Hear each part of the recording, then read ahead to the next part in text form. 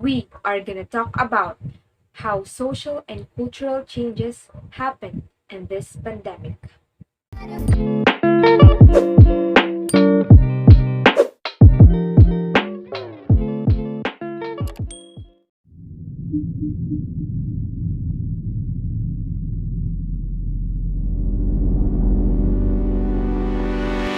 Guys, right now, the world is fighting against this what they call invisible enemy. A newly identified coronavirus that emerged in the city of Wuhan in central China is now known to be transmissible between people. There have been a number of deaths reported and hundreds of infections around the country, and the number of confirmed cases outside China is growing. Until it reached our country.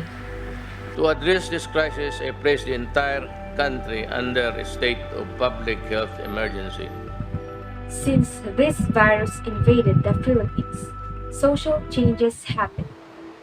People are afraid to go outside.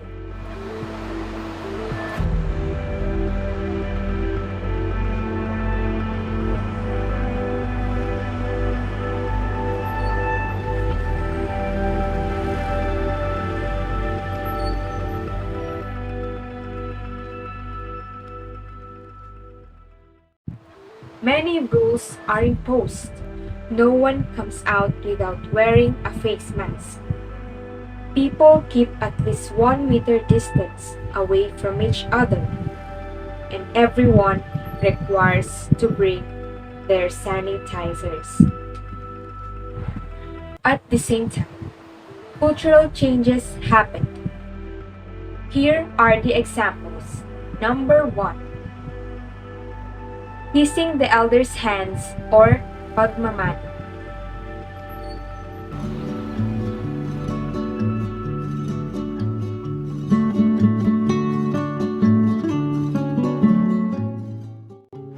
This is an honoring gesture in which children request for the elders' hands to gently put on their foreheads as a sign of respect. We Filipinos believe that elders should not only be respected through their age, but also through their wisdom and experience. But now, people do not almost touch each other because social distancing must be applied. Number 2, going to church or pagsisimba. Filipinos are naturally spiritual. Most of them go to church every Sunday, and that shows how religious they are. Unfortunately, in this time of pandemic, people who wants to go to church are limited. Some needs quarantine pass to enter. But we Filipinos are truly dedicated. This virus will never be a hindrance in serving our God. That is why Filipinos have thought of a way to keep people safe inside the church and to prevent the spread of virus.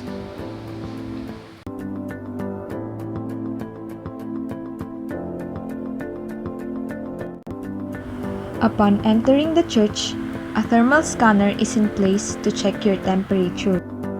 There is also an available alcohol to keep your hands sanitized. Paalala lang po, bawal po muna pumunta sa simbahan ng mga 21 years old pababa at 60 years old pataas. Kasama na rin ang mga taong buntis at ang mga taong may karamdaman. At panatilihing lagi nating isuot ang ating face mask. Within the church, there are assigned persons to accompany you in your seats and to ensure the maintaining of social distancing. In this new normal, we use long-handled baskets to also keep the social gap. In singing Ama Namin, we use the praying position. Upon receiving the sacramental bread, we follow the marking lines to avoid people from getting too close.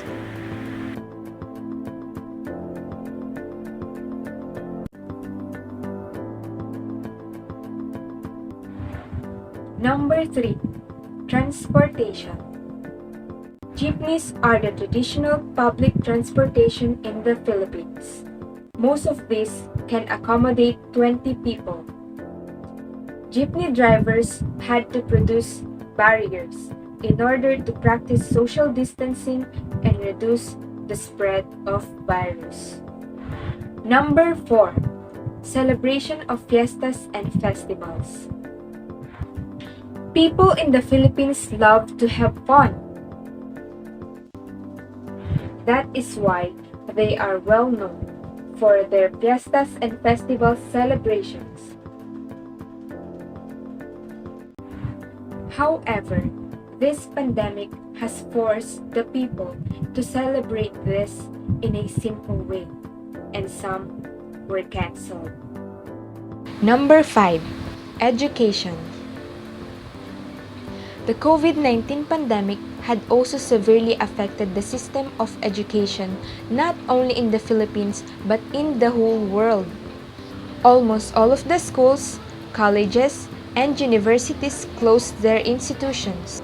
The traditional method of learning, which follows the traditional setup of face-to-face in a classroom, suddenly changed into a modern one, wherein the students are learning through their gadgets and their modules. Those are some of the social and cultural changes happened due to COVID-19 pandemic. Although this pandemic has already affected our lives, may we never forget the previous cultures and traditions in our country, because that is where we started.